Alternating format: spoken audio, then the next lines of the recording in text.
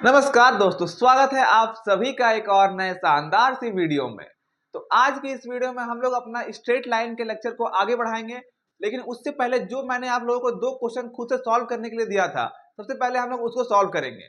और अपना आज का जो टॉपिक था एंगल बिटवीन टू लाइन, आज हम लोग इस टॉपिक को पूरा खत्म करेंगे कुछ क्वेश्चन और प्रैक्टिस करने के साथ। तो लास्ट तक बने रहिएगा वीडियो में। चलिए आज की वीडियो को शुरू करते हैं। तो दोस्तों, जो हम लोगों का सबसे पहला क्वेश्चन था वो था x प्लस 3y बराबर 17 और x प्लस 2y बराबर 19।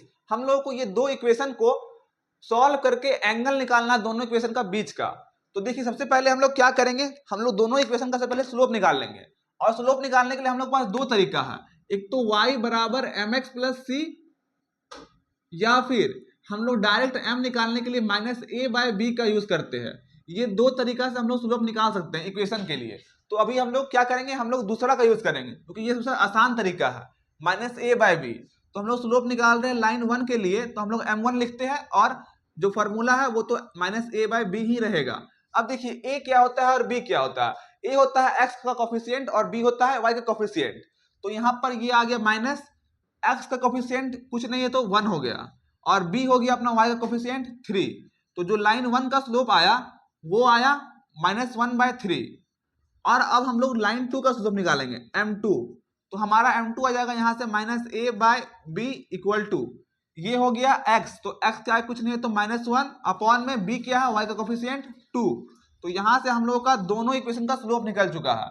इक्वेशन 1 का स्लोप आया -1/3, इक्वेशन 2 का स्लोप आया -1/2। अब हम लोग क्या करेंगे, एंगल बिटवीन टू लाइन का फॉर्मूला पुट करेंगे और अपना आंसर निकाल लेंगे। तो हम लोग को पता है कि जब एंगल निकालना हो तो हम लिखते हैं tan थीटा बराबर m1 माइनस m2 अपॉन में 1 प्लस m1 गुना m2। और इसके आगे हम लोग आते हैं मॉडुलस, क्योंकि अगर एंगल नेगेटिव में आए तो तब उसको हम लोग चेंज कर सके। अब देखिए हम लोग क्या करेंगे, बस अपना जो m1 है उसको यहाँ पर पुट करेंगे। m1 आया है यहाँ से -1/3 और ये हो गया माइनस m2 आया है -1/2। तो देखिए यहाँ पर अधिकांश स्टूडेंट गलती करते हैं क्या, कि वो फार्मूला का माइनस देना भूल जाते हैं। मैं आपको हमेशा हर बार इसलिए यही बताता हूँ कि पहले आप लोगों को फार्मूला का माइनस देना है, फिर जो आप लोगों का है वैल्यू उसको पुट करना है। देखिए यहाँ पर दो दो माइनस आ गया, ये था फार्मूला का माइनस, और ये -1/2 यहाँ से आया m2 का वैल्यू। अब देखिए 1 प्लस m1 का वैल्यू है -1/3 गुना में m2 का वैल्यू है -1/2 और बाहर है ये मॉडुलस। अब देखिए यहां से हम लोग को सॉल्व करके मिलेगा, इसको अगर आप लोग सॉल्व करेंगे तो ये बन जाएगा, ये रफ काम है तो मैं यहाँ पर साइड में करता हूं रफ काम। इसको हम लोग सॉल्व करेंगे, ठीक है।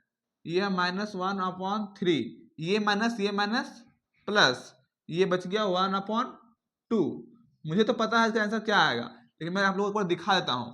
ये 3 2 जा 6, 3 दूनी 6, 2 एकम 2 -2 प्लस 2 तिया 6, 3 एकम 3। तो यहां से आ जाएगा ये 3 - 2 बराबर 1/6, ठीक है। और जब इसको सॉल्व करेंगे 1 प्लस, ठीक है, 1 प्लस 1 1 जा 1 अपॉन में 3 2 जा 6, ये माइनस और ये माइनस कैंसिल हो गया, 1 से 1 गुना किए 1, 3 दूनी 6, 1 प्लस 1/6। जब इसको हम लोग सॉल्व करेंगे तो यहां से हम लोग को मिल जाएगा 6 प्लस 1 अपॉन में 7/6, ठीक है। तो हम लोग इसको यहां पर सॉल्व कर दिए और इसको यहां पे सॉल्व कर दिए, तो हम लोग को जो मिल रहा है बस उसको यहाँ पर पुट करेंगे और अपना हम लोग का आंसर मिल जाएगा। अब देखिए इसको सॉल्व करके हम लोग को मिला 1/6 होल डिवाइड बाय, इसको सॉल्व किए तो मिला 7/6। अब देखिए ये 6 कट गया, तो यहां से बच गया 1/7, और ये था अपना tan थीटा बराबर, ठीक है। तो यहां से हम लोग फाइनली लिख सकते हैं क्या, कि tan थीटा बराबर 1/7। मॉडुलस का काम यहाँ पर खत्म हो गया, क्योंकि अगर ये माइनस में आता तो भी हम लोग 1/7 ही लिखते। मॉडुलस का बस वही काम होता है कि माइनस को प्लस में चेंज करने का। अब हम लोग यहाँ पर भी इसको आंसर छोड़ सकते हैं, लेकिन हम लोग को क्या कहे हैं कि एंगल निकालना है, तो हम लोग जब भी छोड़ेंगे तो थीटा को हमें छोड़ेंगे। तो यहां से हम लोग लिख सकते हैं कि थीटा बराबर, आई होप कि आप लोगों को दिख रहा होगा वहां तक जहां मैं लिख रहा हूं।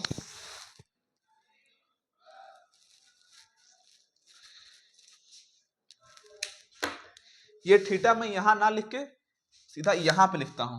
देखिए यहां पर आगे tan थीटा बराबर 1/7, ठीक है, यहां तक भी आंसर सही है, लेकिन आपको थीटा को हमें छोड़ना है आंसर को। तो आप लोग क्या कीजिएगा, इसको यहां पर लिख दीजिएगा थीटा बराबर, ये tan को इधर ले जाइएगा, तो ये बन जाएगा अपना tan इनवर्स, ठीक है। और ये जो 1/7 है ये 1/7 ही रहेगा। ये अपना हो गया आंसर। यहां पर लाके आप लोग आंसर छोड़ सकते हैं, कोई दिक्कत नहीं है, आप लोगों को पूरा नंबर मिलेगा यहाँ पे। ये क्वेश्चन एग्जाम में आप लोगों का आ सकता है 3 से 4 नंबर के लिए, मतलब अगर 3-4 मार्क्स का कोई क्वेश्चन रहता है तो उसमें आप लोग को ये सवाल पूछा जा सकता है।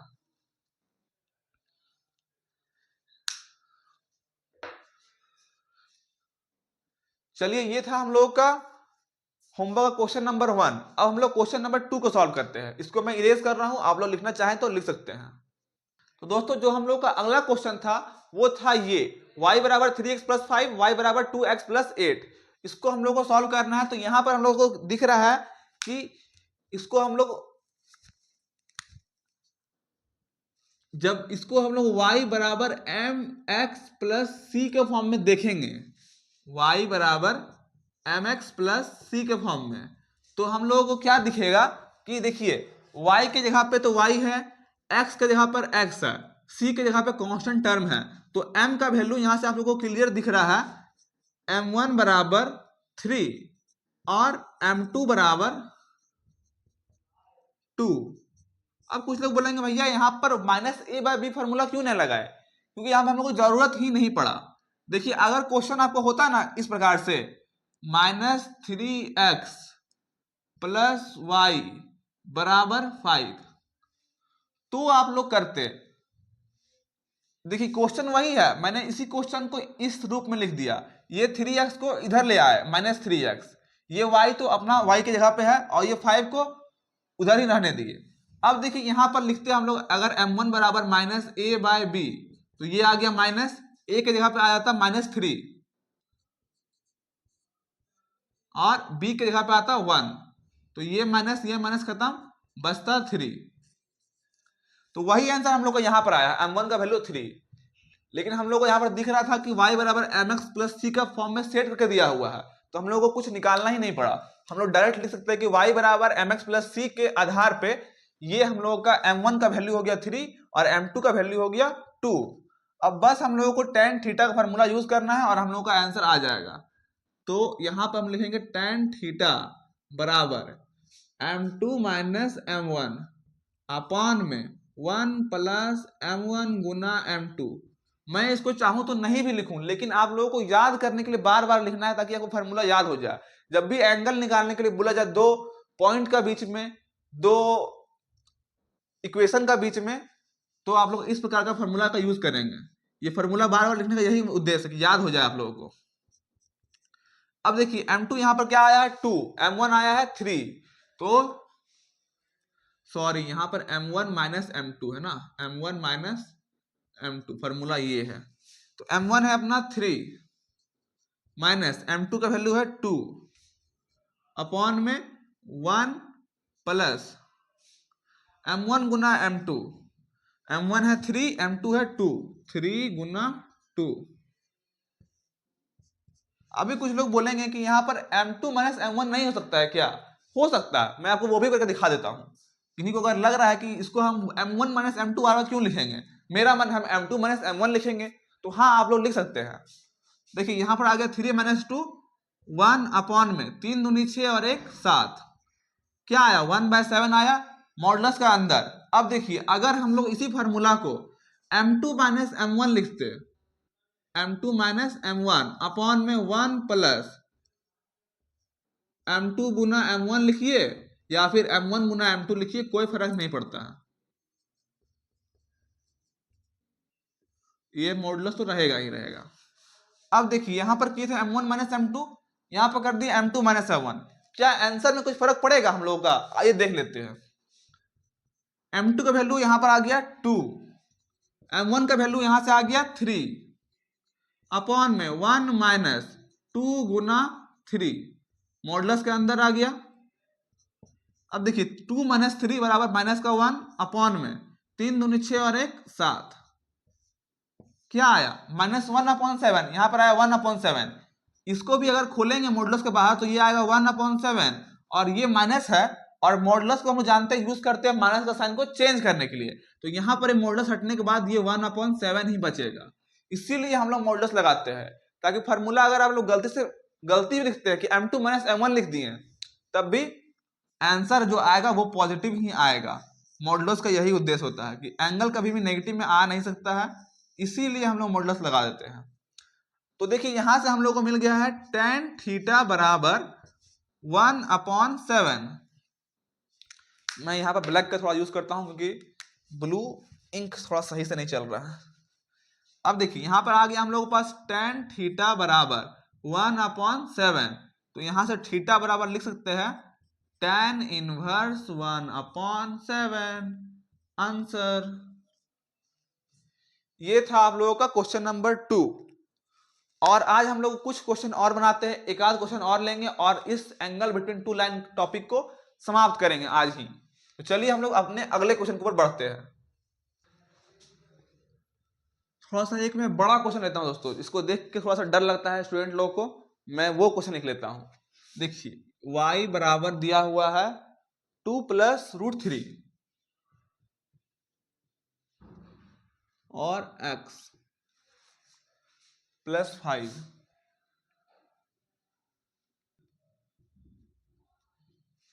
और y बराबर 2 माइनस √3x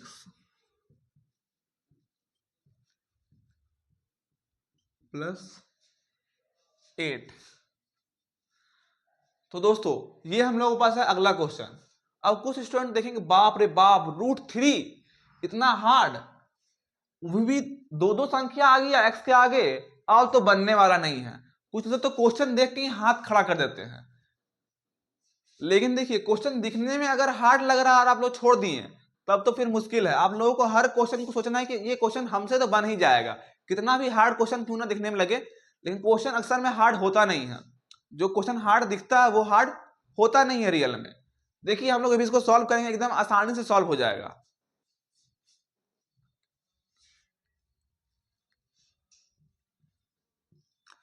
देखिए यहां से आप लोगों को पता होगा कि y बराबर mx प्लस सी से हम लोगों को यहां पर m का वैल्यू मिल जाएगा। y बराबर mx प्लस सी, इस इक्वेशन के आधार पे हम लोग को m यहां पर मिल जाएगा ये 2 प्लस √3 और इसमें मिल जाएगा m 2 माइनस √3। कुछ निकालना नहीं पड़ा हम लोगों को स्लोप, डायरेक्टली हम लोगों को दिख रहा है m1 बराबर वैल्यू हो रहा है 2 प्लस का √3। ठीक है, मुझे ब्लैक का ही यूज करना पड़ेगा आज।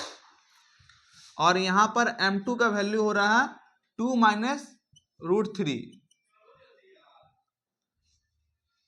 अब देखिए हम लोग को m1 m2 मिल चुका है, अब बस हम लोगों को tan थीटा का फॉर्मूला में इसको पुट करके सॉल्व करना है।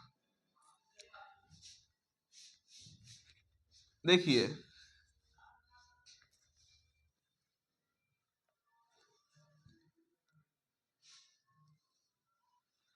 tan थीटा बराबर जो होता है वो क्या होता है m1 माइनस m2 अपॉन में 1 प्लस m1 गुना m2। फॉर्मूला वही सेम है, बस थोड़ा सा क्वेश्चन देखने में डरावना लग रहा है। ये था अपना क्या m1 का जो वैल्यू है 2 प्लस √3 है, तो यहां से m1 आ गया 2 प्लस √3 माइनस m1 का वैल्यू आ गया 2 माइनस √3 अपॉन में 1 प्लस m1 का वैल्यू 2 प्लस √3 गुना m2 का वैल्यू 2 माइनस √3। कुछ किए अभी हम लोगों ने कुछ नहीं किया। y बराबर mx प्लस सी के फॉर्म में सेट करने से हम लोग को दिख रहा है कि m1 का वैल्यू 2 प्लस √3 m2 का वैल्यू 2 माइनस रूट थ्री। यहां तक किसी को कोई दिक्कत नहीं। ये कैसे आया? ये आया y बराबर mx प्लस सी। इसके आधार पे हम लोग लिखे हैं m का वैल्यू यहां से ये दिख रहा है, x की जगह पर x है, y की जगह पे y है, तो n की जगह पे 2 minus root three, 2 plus root three. ठीक है, ये हम लोग को यहां से मिल गया। अब हम लोग बस tan थीटा का फॉर्मूला लगाए हैं और m1 का वैल्यू लिखे हैं, बस अभी कुछ काम नहीं किए हैं। अब जो मेन काम है यहां शुरू होगा, 2 लाइन में मैथ खत्म होने वाला है। देखिए 2 प्लस रूट थ्री है ना, अब हम लोग ब्रैकेट को कुछ खोल रहे हैं, जो ब्रैकेट है इसका उसको हम लोग खोल रहे हैं। अब देखिए ब्रैकेट यहां पर खुलेगा तो यहां पर आ जाएगा 2 प्लस रूट थ्री, ये माइनस यहीं पर रहेगा, 2 मल्टीप्लाई हो जाएगा माइनस से तो माइनस 2। ठीक है, और ये माइनस प्लस, और ये बच गया रूट थ्री। क्या किया हमने? बस ब्रैकेट को खोला है, ब्रैकेट को खोलने से ये माइनस प्लस बन जाता है। अब देखिए 1 प्लस, ये आपको कुछ दिख रहा होगा, अगर दिख रहा है जिन स्टूडेंट को वो बहुत ही अच्छी बात है, अगर जिनको नहीं दिख रहा है तो देखिए ये क्या है, ये a प्लस बी है और a माइनस बी है। इसको हम लोग लिख सकते हैं a प्लस बी और a माइनस बी। अब देखिए दिखा होगा कुछ लोगों को, a के जगह पे 2 है, b के जगह पे रूट थ्री है, a के जगह पे 2 है, b के जगह पे रूट थ्री है। ये a plus B, a minus B, और हम लोग जानते हैं a plus B, a minus B का फॉर्मूला क्या होता है? a square minus B square, A square minus B square, यही होता है फॉर्मूला। बस इस सवाल में बस यही दो चीज हार्ड है, जो कि आपको देखने में डर लग रहा है, जबकि हार्ड ये है नहीं। अब देखिए a प्लस बी को हम लोग लिख सकते हैं यहां से ए स्क्वायर माइनस बी स्क्वायर। ठीक है, तो a का स्क्वायर हो गया 2 का स्क्वायर,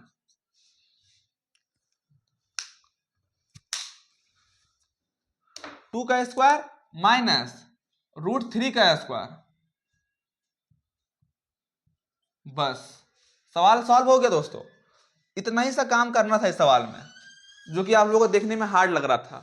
a प्लस बी और a माइनस बी जिसको दिख गया इस सवाल में, काम खत्म, सवाल सॉल्व हो गया वहीं पर। अब देखिए ये प्लस 2 ये माइनस 2 कट जाएगा, 2 माइनस 2 जीरो, खत्म।